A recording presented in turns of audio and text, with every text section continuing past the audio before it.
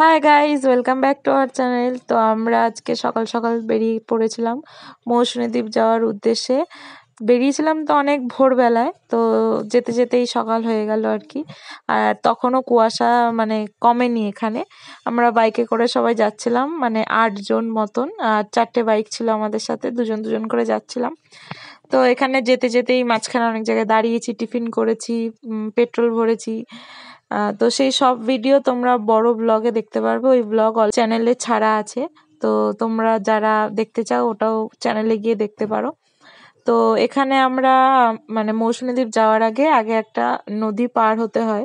তো সবাই আমাদের যে যার বাইক নিয়ে নদী পার হচ্ছিলাম। তো আমার তো নৌকায় এমনি ভয় লাগে, তার মধ্যে নৌকাটা যা নড়ছিল আর বাইকের ভারে মনে হচ্ছিল না একদিক হেলে যাচ্ছে এরকম।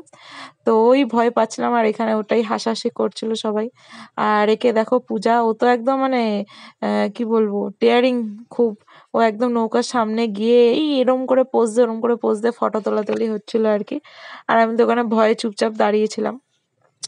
তো যাই হোক, এখান থেকে আমরা পার হয়ে মৌসুনী দ্বীপ যাওয়ার জন্য আরো অনেকটা যেতে হয়, মানে নৌকা পার করার পরেও। যারা গেছো তারা জানো। তো আমাদের যেতে যেতেই মানে মৌসুনী দ্বীপ যেখানে হোটেল আমরা বুক করেছিলাম ওখানে পৌঁছাতে পৌঁছাতে আমাদের অলরেডি খিদে পেয়ে গেছিল। তাই আমরা এদিক ওদিক দোকান খুঁজছিলাম, বাট কোথাও দাঁড়ানো হচ্ছিল না।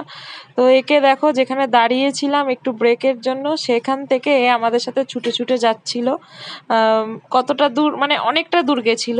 তারপরে মানে আমরাও ওর সাথে স্পিড ম্যাচ করছিলাম। দেন তারপর ওকে ফেলে রেখে আমরা আবার এগিয়ে গেছি, কারণ আমাদের পৌঁছাতে হতো টাইমে, না হলে মজাটা হতো না।